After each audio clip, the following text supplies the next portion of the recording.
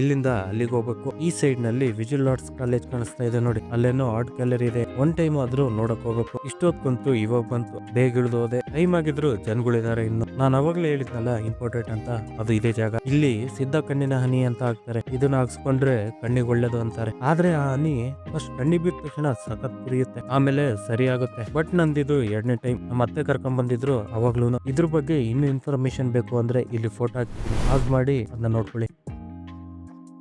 ನೋಡಿ ಆ ಕಡೆ ಸೈಡ್ ಆಲ್ರೆಡಿ ಆಗ್ತಾ ಇದಾರೆ. ನೀವೇನಾದ್ರೂ ಆಲ್ರೆಡಿ ಹಾಕ್ಸಿದ್ರೆ ಇದರಿಂದ ರಿಸಲ್ಟ್ ಸಿಕ್ಕಿದೇನೆ ಇಲ್ಲ ಅಂತ ಕಾಮೆಂಟ್ ಮಾಡಿ. ಟೈಮ್ ಆಗಿದ್ರು ಜನ ಬರ್ತಾನೆ ಇರ್ತಾರೆ. ನಮ್ ತರ 12 ಕ್ಲೋಸ್ ಅಂದ್ರೆ ನಾವು ಬಂದಿದ್ದು 12:45ಗೆ. ಇದೊಂದು ಬದುಕಿ, ಇದೊಂದು ಜನ್ಮವೇ, ಎಂತಹ ದುರ್ವಿಧಿ, ಇದೆಂತಹ ದುರ್ವಿಧಿ. ಹಾಸ್ಕೊಂಡು ದೇವ್ರಿಗೆ ಕೈ ಮುಗಿದು ಆಟೋ ಹತ್ತಕ್ಕೆ ನಡ್ಕೊಂಡು ಹೋಗ್ತಿದ್ವಿ. ಸದ್ಯ ಆಟೋ ಸಿಕ್ತು. ಅಲ್ಲಿಂದ ಸೀದಾ ರೈಲ್ವೆ ಸ್ಟೇಷನ್ ಮುಂದೆ ಇಳಿದ್ವಿ. ಇಲ್ಲಿಂದ ಮನೆ ಹತ್ರ. ಏನ್ ರಶ್ ಗುರು ಇಲ್ಲಿ. ಈ ರೋಡ್ ಇದೆಯಲ್ಲ ಸಖತ್ ಬಿಸಿ ಇರುತ್ತೆ, ಬಟ್ ಹುಷಾರಾಗಿ ರೋಡ್ ನ ಕ್ರಾಸ್ ಮಾಡ್ಬೇಕು. ಈಗ ಮನೆ ರೋಡ್ಗೆ ಬಂದ್ವಿ. ಅದೇ ನೋಡಿ ಮನೆ. ನಮ್ ಮೇಡಮ್ ಕಾಯ್ತಾ ಇದ್ರು ಅನ್ಸುತ್ತೆ.